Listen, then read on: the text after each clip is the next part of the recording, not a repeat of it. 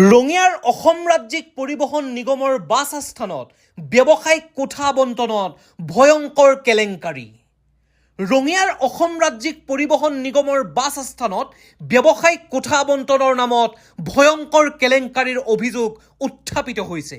অভিযোগ অনুসৰি ৰাজ্যিক বিজেপিৰ প্ৰাক্তন সভাপতি তথা ৰঙিয়া সমষ্টিৰ বিধায়ক ভৱেশ কলিতাৰ ঘনিষ্ঠ কোটিপতি ঠিকাদাৰ ধনেশ্বৰ কলিতাই নামে বেনামে মুঠ 14টা ব্যৱসায়িক কোঠা দখল কৰিছে। এই কোঠাসমূহৰ ভিতৰত 1, 4, 24, 49, 57, 61, 65, 66, 67 আৰু 72 নম্বৰ কোঠাসমূহৰ লগতে অবৈধভাৱে বেনামত 4টা কোঠা লাভ কৰাৰো অভিযোগ উত্থাপিত হৈছে। ৰঙিয়া নাগৰিক মঞ্চৰ পিছত এইবাৰ কামৰূপ জিলা যুৱ কংগ্ৰেছে এই কেলেংকাৰীৰ বিৰুদ্ধে তীব্ৰ প্ৰতিবাদ জনাইছে।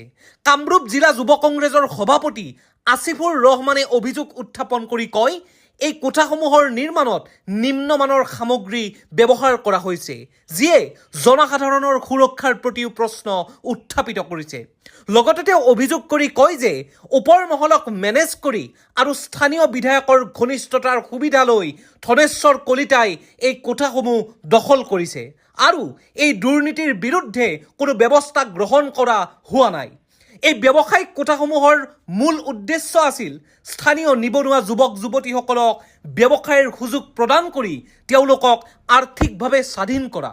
কিন্তু বাস্তৱত এই কোঠাসমূহৰ এক বৃহৎ অংশ এতিয়া ধনেশ্বৰ কলিতাৰ দখলত আছে, যাৰ ফলত স্থানীয় নিবনুৱা যুৱক যুৱতীৰ স্বপ্ন ভংগ হোৱাৰ এটা পৰিৱেশ উত্থাপিত হৈছে। ইয়াৰ উপৰিও পৰিবহণ বিভাগৰ এগৰাকী উচ্চপদস্থ বিষয়াৰ এই দুৰ্নীতিৰ সৈতে প্ৰত্যক্ষভাৱে জড়িত থকাৰ অভিযোগো উত্থাপিত হৈছে, যিয়ে এই কেলেংকাৰীৰ গুৰুত্ব আৰু ব্যাপকতাৰ ইংগিত বহন কৰিছে। কামৰূপ জিলা যুৱ কংগ্ৰেছৰ সভাপতি আসিফুৰ ৰহমানে প্ৰশ্ন উত্থাপন কৰি কয়, ধনেশ্বৰ কলিতাৰ পৰা এই কোঠাসমূহ কাঢ়ি লৈ স্থানীয় নিবনুৱা যুৱক যুৱতীক আবণ্টন কৰাৰ সাহস অসম ৰাজ্যিক পৰিবহণ নিগমৰ হ'বনে? ৰঙিয়াৰ জনসাধাৰণৰ মাজতো এই ঘটনাই তীব্ৰ ক্ষোভৰ সৃষ্টি কৰিছে আৰু সকলোৱে এই দুৰ্নীতিৰ তদন্তৰ লগতে দোষীসকলৰ বিৰুদ্ধে কঠোৰ ব্যৱস্থা গ্ৰহণৰ দাবী জনাইছে। যিটো সময়ত ৰাজ্যৰ নিবনুৱা যুৱক যুৱতীসকলে কৰ্মৰ সন্ধানত বহিৰাজ্যলৈ ঢাপলি মেলিব লগা হৈছে, সেই সময়ত কোটি কোটি টকাৰ ঠিকা কৰা ঠিকাদাৰ ধনেশ্বৰ কলিতাক অসম ৰাজ্যিক পৰিবহণ নিগমে কিয় নামে বেনামে সমুদায় 14টাকৈ ব্যৱসায়িক কোঠা আবণ্টন দিলে? কোন কনিষ্ঠ অভিযন্তা আৰু কোন উচ্চ পৰ্যায়ৰ বিষয়াক মেনেজ কৰি ধনেশ্বৰ কলিতাই লাভ কৰিছে নামে বেনামে 14টাকৈ কোঠা? ৰঙিয়াৰ অসম ৰাজ্যিক পৰিবহণ নিগমৰ বাছ আস্থানত ব্যৱসায়িক কোঠা নিৰ্মাণৰ ঠিকা লাভ কৰাৰ ৰহস্য কি? অব্যাহত থাকিব আমাৰ নিজাববীয়া অনুসন্ধান। পৰৱৰ্তী প্ৰতিবেদনত আমি ফাদিল কৰিম ঠিকাদাৰ ধনেশ্বৰ কলিতাৰ প্ৰতি থকা দৰদৰ প্ৰকৃত কাৰণ। News desk report, Rangia news. যোৱাটো আজি কেইটামান বছৰ আগতে যি ৰঙিয়া ASTCৰ ব্যৱসায়িক কোঠালীসমূহ মুকলি কৰি দিয়া হৈছিল, এই মুকলি কৰি দিয়াৰ ক্ষেত্ৰত এক ব্যাপক কেলেংকাৰী পোহৰলৈ আহিছে। ধনেশ্বৰ কলিতা নামৰ এগৰাকী ৰঙিয়াৰ ঠিকাদাৰ, ৰঙিয়াৰ ভৱেশ কলিতাৰ সৌহাত বুলি আমি জানিবলৈ পাৰিছোঁ। তেওঁৰ হেনো শাসকীয় পক্ষৰ উচ্চ বিষয়াসমূহ বা শাসকীয় পক্ষৰ প্ৰতিনিধিসমূহৰ তেওঁৰ লগত উঠা বহা চলে, সেয়েহে তেওঁ আচলতে এইবোৰ সম্ভৱ বুলি আমি জানিবলৈ পাৰিছোঁ। ASTCৰ প্ৰায় 75টা ৰুমৰ ভিতৰত নামে বেনামে তেওঁৰ নামত 14টা ৰুম আবণ্টন পোৱা বুলি আমি জানিবলৈ পাৰিছোঁ আৰু তেওঁৰ নামত থকা বুলি আমি জানিব পাৰিছোঁ। অতি দুৰ্ভাগ্যজনক কথা, যি আশা আকাংক্ষা লৈ এই কোঠাসমূহ মুকলি কৰি দিয়া হৈছিল যে আমাৰ শিক্ষিত নিবনুৱা যুৱক যুৱতীসকলক এই কোঠালীসমূহ আবণ্টন দিব আৰু আবণ্টন দি এই কোঠালীসমূহত তেওঁলোকে ব্যৱসায় কৰিব। কিন্তু অতি দুৰ্ভাগ্যজনক কথা যে ৰঙিয়াৰ এগৰাকী পুঁজিপতি, ৰঙিয়াৰ এগৰাকী প্ৰথম শাৰীৰ ঠিকাদাৰে এই কোঠালীকেইটা তেওঁৰ নামত পোৱাটো আমাৰ বাবে অতি দুৰ্ভাগ্যজনক আৰু দুখ লগা কথা ৰঙিয়াৰ ক্ষেত্ৰত। আৰু তেওঁৰ ক্ষেত্ৰত কোনো ধৰণৰ ইতিমধ্যে বিভিন্ন সংবাদ মাধ্যমত সংবাদ সম্প্ৰচাৰ হৈছে, আমাৰ হাতত তথ্য আহি পৰিছে আৰু সংবাদ সম্প্ৰচাৰ হোৱাৰ পিছতো কিন্তু বিভিন্ন স্তৰত তেওঁৰ বিষয়ে আলোচনা হৈছে, কিন্তু আলোচনা হোৱাৰ পিছতো কোনো ধৰণৰ ব্যৱস্থা গ্ৰহণ কৰা পৰিলক্ষিত হোৱা নাই। অতি দুৰ্ভাগ্যজনক কথা।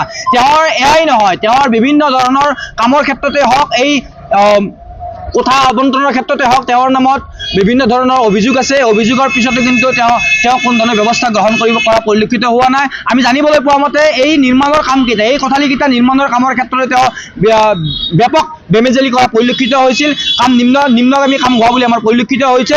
আৰু এই ধনেশ্বৰ কলিতাৰ বিষয়টো আপোনালোকক জনাব বিচাৰিছোঁ যে এই ধনেশ্বৰ কলিতাই কাকো কেৰাপ নকৰা এজন ৰঙিয়াৰ এজন ব্যক্তি।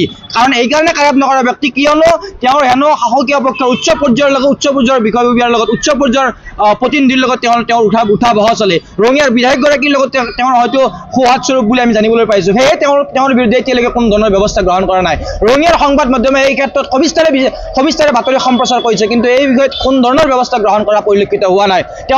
তেওঁৰ বিৰুদ্ধে বিভিন্ন ধৰণৰ তেওঁৰ কামৰ ক্ষেত্ৰতে হওক বা এই কথা আত্মসাৎ কৰা কথাই হওক, আচলতে এই বিষয়টো সবিস্তাৰে সাধাৰণ ৰাইজৰ পৰাই সংবাদ মাধ্যমৰ জৰিয়তে সবিস্তাৰে এই বিষয়টো চৰ্চা লাভ কৰিছে, কিন্তু এই বিষয়ে কোনো ধৰণৰ ব্যৱস্থা গ্ৰহণ কৰা আমাৰ পৰিলক্ষিত হোৱা নাই। আমাৰ দাবী যে আমাৰ বিধায়কগৰাকীলৈ আমাৰ দাবী জনাইছোঁ, আমি ASCG কৰ্তৃপক্ষলৈ আমি দাবী জনাইছোঁ, আমি উচ্চ পৰ্যায়ৰ বিষয়লৈ আমি দাবী জনাইছোঁ, ইয়াৰ বিৰুদ্ধে সঠিক ব্যৱস্থা গ্ৰহণ কৰক। আৰু যি শিক্ষিত যুৱক যুৱতীসকলৰ বাবে এই ব্যৱসায়িক কোঠালিসমূহ নিৰ্মাণ কৰিছিল, সেই ব্যৱসায়িক কোঠালিসকলে পোৱাৰ ব্যৱস্থা কৰে বুলি আমি অনুৰোধ জনাইছোঁ। অনতিপলমে কিন্তু আমি ইয়াৰ বিৰুদ্ধে তীব্ৰ প্ৰতিবাদ সাব্যস্ত কৰিবলৈ বাধ্য হ'ম।